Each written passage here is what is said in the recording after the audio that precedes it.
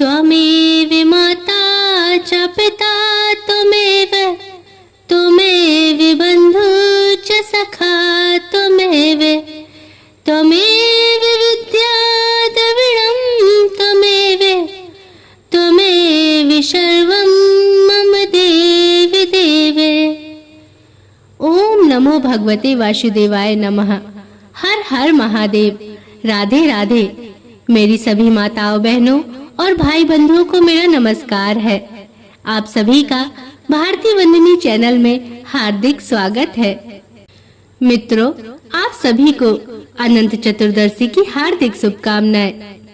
अनंत चतुर्दशी का व्रत शुक्ल पक्ष की चतुर्थी तिथि को रखा जाता है और इस दिन भगवान विष्णु के अनंत रूप की आराधना की जाती है और 14 गांठें बनाकर एक अनंत धागा बनाया जाता है, जिसकी पूजा करने के बाद उसे अपनी बाहों पर बांध लिया जाता है।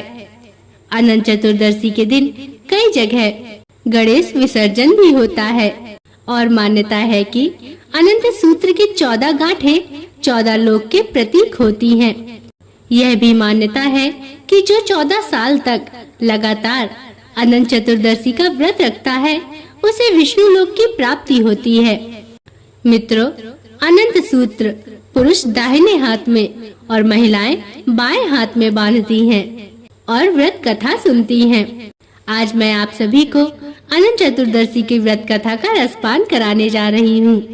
आशा करती हूँ कि आपको कथा पसंद आएगी, परंतु इससे पहले मेरा आप सभी भाई बहनों से नम्र निवेदन है, यदि आप चैनल पर नए हैं या अभी तक आपने चैनल को सब्सक्राइब नहीं किया है तो कृपया करके चैनल को सब्सक्राइब अवश्य कर लीजिएगा और बगल में बनी हुई घंटी को जरूर दबा दीजिएगा, ताकि मैं आपके लिए ऐसी ही पवित्र कथा कहानियाँ लाती रहूं।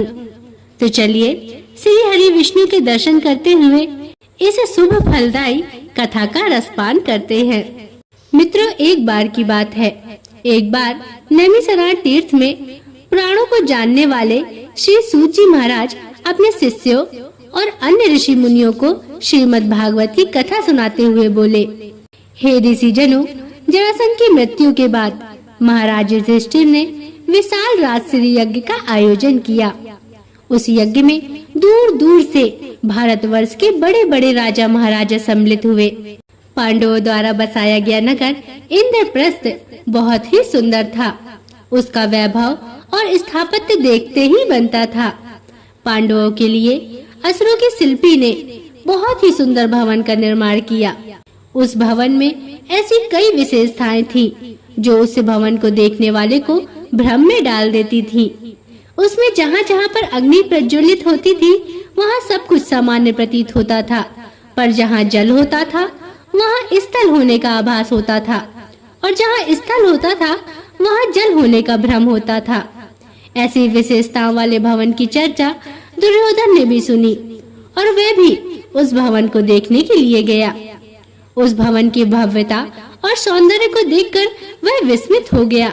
दुर्योधन उस महल की भव्यता को देखकर आगे बढ़ ही रहा था कि आगे फर्श में उसे ऐसा लगा जैसे वहाँ स्थल है और वह आगे बढ़ता चला गया, परंतु वहाँ जल था और वह जल में गिर पड़ा।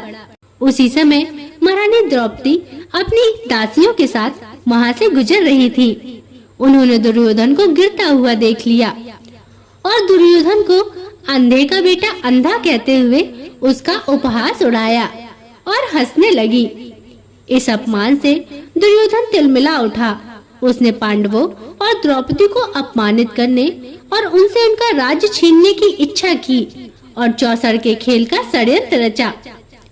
उसने पांडवों को चौसर के खेल में निमंत्रण दिया। दुर्योधन ने चौसर के खेल में कपट द्वारा पांडवों का राज छीनकर उन्हें दास बना लिया और महारानी द्रौपदी को जीतकर उन्हें दासी कहकर अपमानित किया और उनके चीरहरण का भी प्रयास किया। मित्रों, उस समय द्रौपदी के सम्मान की रक्षा भगवान कृष्ण ने की थी। उसके बाद पांडवों को 12 वर्ष का वनवास और 1 वर्ष का अज्ञातवास भी भोगना पड़ा। महाराज युधिष्ठिर अब एक वनवासी बन गए थे। उनके समस्त वैभव उनके पास से दूर हो गए थे। वह अपने भाइयों और पत्नी के साथ वन में रहने लगे। एक बार की बात है, भगवान श्री कृष्ण उनसे मिलने के लिए आए। तब युधिष्ठिर ने दुखी होकर अपने मन का सारा हाल श्री कृष्ण से कह सुनाया और उनसे उपाय पूछा कि हे वासुदेव नंदन, ऐसा कोई मार्ग बताएं जिससे उन्हें उनका खोया हुआ मान सम्मान और राज्य वापस मिल जाए।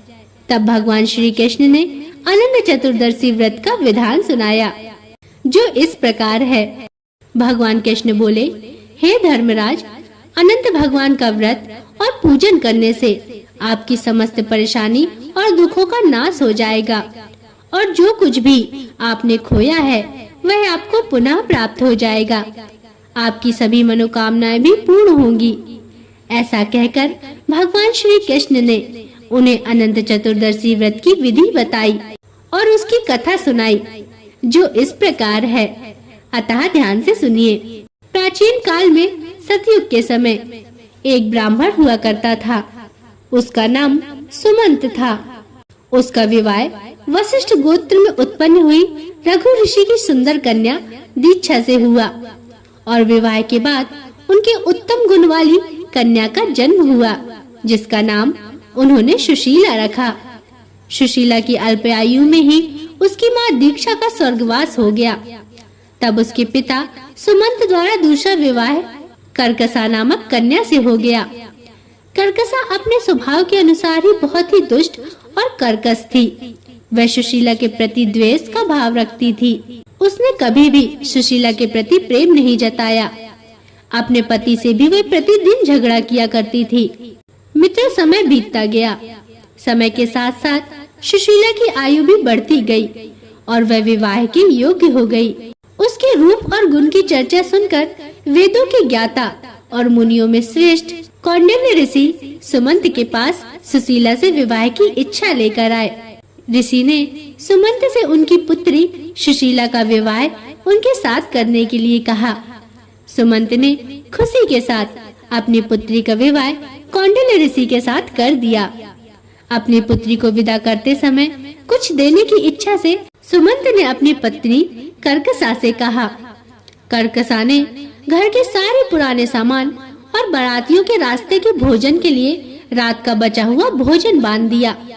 यह सब सुशीला ने देख लिया। यह देखकर उसे बहुत दुख हुआ। उसे लगा कि जब उसके ससुराल वालों को यह सब पता चलेगा तो उसका कितना अपमान होगा। वह यह सब सोच विचार कर ही रही थी, तभी मार्ग में बारात के सभी लोग एक नदी के पास भोजन इत्यादि करने के लिए रुके। तो सुशीला ने देखा कि नदी किनारे बहुत सी स्त्रियां पूजन कर रही हैं। सुशीला उन स्त्रियों के पास जा पहुंची और उनसे पूछा कि आप लोग यह क्या कर रही हो। तब उन्होंने बताया, आज अनंत चतुर्दशी है और हम सब अनंत भगवान का व्रत और पूजन कर रही हैं। इस पूजन को करने से सभी मनोकामनाएं पूर्ण हो जाती है। तब सुशीला ने उनसे अनंत चतुर्दशी व्रत और पूजन की विधि पूछी। तब एक स्त्री ने उसे बताया कि हे सुशीला, अनंत चतुर्दशी का व्रत भगवान विष्णु के अनंत स्वरूप का पूजन किया जाता है। पूजन के बाद 14 गांठों वाला धागा शुद्ध करके स्त्रियां अपने बाएं हाथ में और पुरुष अपने दाएं हाथ पर बांधते हैं। इस धागे को बांधते समय हमें अनंत भगवान से प्रार्थना करनी चाहिए, जो इस प्रकार है। हे अनंत देव, आप इस संसार रूपी सागर से मुझे पार लगाओ, मेरा उद्धार करो।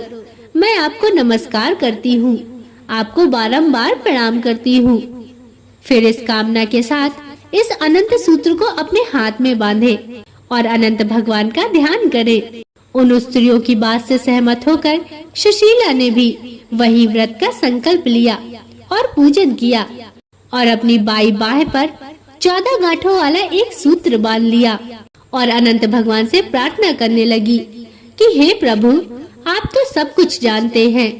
आज मेरे ससुराल वालों के सामने मेरी और मेरे पिता की लाज रखना। मैं आपसे बस यही मांगती हूँ। ऐसा ध्यान करके जब सुशीला वापस उसी स्थान पर पहुंची तो उसके पति ने उससे पूछा कि वह कहाँ गई थी। तब सुशीला कहने लगी कि आज अनंत चतुर्दशी है और मैं नदी के किनारे अनंत भगवान का पूजन कर रही थी। इधर दूसरी ओर उसकी बारात के सभी लोग आनंद के साथ भोजन कर रहे थे। वहाँ भोजन में तरह तरह के पकवान थे। सबने सुशीला के परिवार की खूब प्रशंसा की। तब सुशीला ने अनंत भगवान का धन्यवाद किया और अपना व्रत पूर्ण किया। जब वह अपने ससुराल पहुंची तो उसे अनंत चतुर्दशी के व्रत का महत्व पता चला। उसके व्रत के प्रभाव से उसके परिवार में सुख समृद्धि बढ़ने लगी और धन्य धान से उसका घर परिपूर्ण हो गया। उसका जीवन सुखमय हो गया। मित्रों, एक बार की बात है, एक बार उसके पति की दृष्टि उसके हाथ पर बंधे अनंत सूत्र पर पड़ गई। तो उसने सुशीला से पूछा, यह क्या है और तुमने इसे क्यों बांध रखा है? तब सुशीला ने कहा, स्वामी, ये अनंत भगवान का सूत्र है। मैं अनंत भगवान का व्रत करती हूँ और उन्हीं की कृपा से आज हमारे पास धन धान्य और सभी कुछ है। सुशीला के ऐसे वचन सुनकर कौंडिन्य ऋषि ने अहंकारवश वह अनंत सूत्र तोड़कर जलती हुई अग्नि में फेंक दिया। सुशीला ने तुरंत अनंत सूत्र को आग से निकाला और उसे दूध में डाल दिया। इस प्रकार अपमान करने से कौंडिन्य ऋषि पर अनंत भगवान रुष्ट हो गए और इस कारण उनके समस्त ऐश्वर्य समाप्त हो गया। उनका घर जल गया, उनकी संपत्ति चोरी हो गई और घर परिवार में कलह होने लगी और उनका स्वास्थ्य भी खराब रहने लगा। तब उन्होंने अपनी पत्नी सुशीला से कहा कि प्रिय, अचानक ये क्या हो गया? हमारा सारा धन वैभव नष्ट हो गया। तब सुशीला ने कहा, स्वामी, यह सब अनंत भगवान और उनके सूत्र का अपमान करने के कारण हुआ है। तब कौंडिन्य ऋषि को अपनी गलती का पश्चाताप हुआ और उसका प्रायश्चित करने के लिए तथा अनंत भगवान के दर्शन की इच्छा के लिए वे वन की ओर चल दिए। वन में पहुंचकर कौंडिन्य ऋषि इधर उधर घूमकर सबसे अनंत भगवान के विषय में पूछने लगे। कुछ आगे और चलने पर उन्हें वन में एक फलों से लदा हुआ पेड़ दिखा, जिसमें फल तो बहुत थे लेकिन फलों में कीड़े लगे हुए थे। उन्होंने उस पेड़ से पूछा, हे वृक्ष, क्या तुमने अनंत भगवान को देखा है? तब उस वृक्ष ने कहा, हे द्विज, मैंने अनंत भगवान को नहीं देखा। यह सुनकर ऋषि आगे बढ़ने लगे। तो वृक्ष ने कहा कि हे ऋषि, अगर आपको अनंत भगवान मिले तो उनसे पूछना कि मेरे अंदर कीड़े क्यों हैं। तब ऋषि ने कहा, ठीक है, मैं जरूर पूछूंगा। अनंत भगवान के दर्शन की इच्छा मन में लिए कौंडिन्य ऋषि वन में आगे बढ़ते रहे। फिर उन्हें वन में घूमते हुए गाय और बछड़े मिले। तब कौंडिन्य ऋषि ने उन गाय और बछड़ों से पूछा, हे गौ माता, क्या तुमने अनंत भगवान को देखा है? तब गाय ने कहा, नहीं, मैंने अनंत भगवान को नहीं देखा है। ऐसा सुनकर कौंडिन्य ऋषि आगे बढ़ चले। आगे उन्हें एक बैल मिला। तब कौंडिन्य ऋषि ने उस बैल से पूछा, हे बैल, क्या तुमने अनंत भगवान को देखा है? तब वह बैल बोला, हे द्विजश्रेष्ठ, मैंने अनंत भगवान को नहीं देखा। यह सुनकर ऋषि आगे बढ़ चले। आगे उन्हें दो पुष्करणियां मिली। उनसे भी उन्होंने वही सवाल किया। उन्होंने भी वही उत्तर दिया जो बाकी सब ने दिया था। इस प्रकार ऋषि वन में आगे बढ़ते रहे और उन्हें जो भी मिलता उससे वह यही प्रश्न पूछते कि क्या आपने अनंत भगवान को देखा है? परंतु किसी से भी उन्हें संतोषजनक उत्तर नहीं मिला। यह सब सोचकर वे बड़े दुखी हुए। उन्होंने अपने प्राण त्यागने का निश्चय कर लिया। जब उन्होंने आत्महत्या का प्रयास किया, तभी अनंत भगवान एक ब्राह्मण के रूप में प्रकट हो गए और कौंडिन्य ऋषि को लेकर एक गुफा के अंदर चले गए। उस गुफा के अंदर जाते ही ऋषि को एक बहुत सुंदर लोक दिखा। उस लोक में चारों ओर दिव्य प्रकाश फैला हुआ था। चारों ओर प्रकाश ही प्रकाश था। वहाँ के लोग बहुत ही प्रसन्न थे और वहीं पर उन्हें अनंत भगवान के दिव्य रूप के दर्शन प्राप्त हुए। एक दिव्य सिंहासन पर अनंत भगवान शंख, चक्र, गदा, पद्म लिए गरुड़ के साथ विद्यमान थे। भगवान के विराट रूप को देखकर कौंडिन्य ऋषि ने उनकी स्तुति करी और अपनी गलतियों के लिए उनसे क्षमा मांगी। कौंडिन्य के वचन सुनकर अनंत भगवान ने उनसे कहा, हे द्विजश्रेष्ठ, मुझे बताओ, तुम किस इच्छा से मुझे खोज रहे थे? तुम भय मुक्त होकर मुझे अपने मन की सारी बात कहो। तब कौंडल्य ऋषि ने बोला, हे प्रभु, मैंने अहंकार के कारण आपका बहुत अपमान किया है और आपके अनंत सूत्र को भी अग्नि में फेंक दिया, जिसके कारण मेरी सारी संपत्ति नष्ट हो गई। मेरे परिवार में अशांति फैल गई, मेरी मान प्रतिष्ठा धूमिल हो गई। अब मैं अपनी गलती की क्षमा प्रार्थना लेकर आपके दर्शन के लिए आया हूँ। आपके दिव्य स्वरूप के दर्शन पाकर मेरा जीवन धन्य हो गया है। हे प्रभु, मैं आपसे अपने अपराध की क्षमा मांगता हूँ और मेरे जीवन में सब कुछ पहले जैसा कैसे होगा, इसका उपाय भी कृपया करके आप मुझे बताइए। तब अनंत भगवान को उस पर दया आ गई। उन्होंने कहा, हे ऋषि, तुम अपने घर जाकर 14 वर्षों तक अनंत चतुर्दशी का व्रत और पूजन पूरी श्रद्धा से करो और भक्ति के साथ करो। अपने दाएं हाथ में 14 गांठों का एक अनंत सूत्र बांधना। ऐसा करने से तुम्हारे सभी कष्टों का नाश हो जाएगा और तुम्हारी सभी मनोकामनाएं पूरी हो जाएंगी। जीवन में सभी सुख भोग कर तुम अंत समय में सद्गति को प्राप्त होगे। भगवान के ऐसे वचन सुनकर कौंडल्य ऋषि को बहुत संतोष हुआ। तब उन्होंने अनंत भगवान से मार्ग में मिले वृक्ष के द्वारा पूछे गए प्रश्न के विषय में पूछा। तब अनंत भगवान ने उसे बताया कि वह वृक्ष अपने पूर्व जन्म में एक विद्वान ब्राह्मण था, परंतु उसने विद्यार्थियों को भिक्षा न देकर जो पाप अर्जित किया था, उसी का परिणाम है कि उस वृक्ष पर फल तो आते हैं, पर उस पर कीड़े लगे होने के कारण कोई उनका उपभोग नहीं करता। इसके बाद ऋषि के मन में वन में मिले हुए अन्य जीवों के विषय में जानने की इच्छा हुई। तब उन्होंने अनंत भगवान से उनके विषय में पूछा, तो भगवान ने बताया कि वह दोनों पुष्करणी पूर्व जन्म में बहनें थी। उन्होंने तब कोई पुण्य कर्म नहीं किया, न ही किसी याचक को भिक्षा दी और न ही कोई धर्म का कार्य किया। इसलिए लहरें उनसे जाकर टकराती तो है, परंतु जल वहाँ रुकता नहीं है। अनंत भगवान ने आगे कहा कि वह गाय पृथ्वी है और वह बैल धर्म है, गधा क्रोध है और वह हाथी अहंकार है, वह गुफा संसार है और मैं अनंत हूँ। फिर कौंडल्य ऋषि ने उन्हें प्रणाम करके अपने घर आकर अपनी पत्नी के साथ 14 वर्षों तक अनंत चतुर्दशी के व्रत का पालन किया और अंत में अनंत भगवान की कृपा से जीवन के समस्त सुखों को भोग कर वह स्वर्ग लोक को गए। मित्रों, भगवान कृष्ण ने धर्मराज युधिष्ठिर से कहा कि हे धर्मराज, आप भी इस व्रत का पालन करो।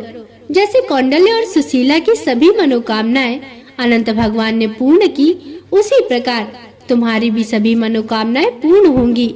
श्री कृष्ण ने आगे कहा, हे धर्मराज, अनंत चतुर्दशी का व्रत जो मैंने तुम्हें बताया है, उस व्रत को करने से मनुष्य अपने सभी पापों से मुक्त होकर स्वर्ग लोक को जाता है। और भगवान श्री कृष्ण के कहे अनुसार तब धर्मराज युधिष्ठिर ने भी अनंत चतुर्दशी का व्रत और पूजन किया। व्रत के प्रभाव से उनके सभी मनोनीत सिद्ध हुए और महाभारत के युद्ध में जीतकर उन्होंने अपना खोया हुआ यश और सम्मान तथा धन और वैभव प्राप्त कर लिया और मृत्यु के बाद उन्हें स्वर्गलोक की प्राप्ति हुई। तो भक्तों, प्रेम से बोलिए अनंत भगवान की जय, श्री हरि विष्णु की जय। मित्रों, यह थी अनंत चतुर्दशी की संपूर्ण व्रत कथा। आशा करती हूँ कि आपको यह कथा पसंद आई होगी। इसमें जो त्रुटियां हो मुझे क्षमा करें और आपसे एक बार पुनः निवेदन है कि यदि अभी तक आपने चैनल को सब्सक्राइब नहीं किया है तो चैनल को सब्सक्राइब करके घंटी को अवश्य दबा लीजिएगा और हमें कमेंट में बताइएगा कि आपको कथा कैसी लगी और कमेंट में जरूर लिखिएगा अनंत भगवान की जय, श्री हरि विष्णु की जय। हरे कृष्णा। अब अगले वीडियो तक के लिए नमस्कार।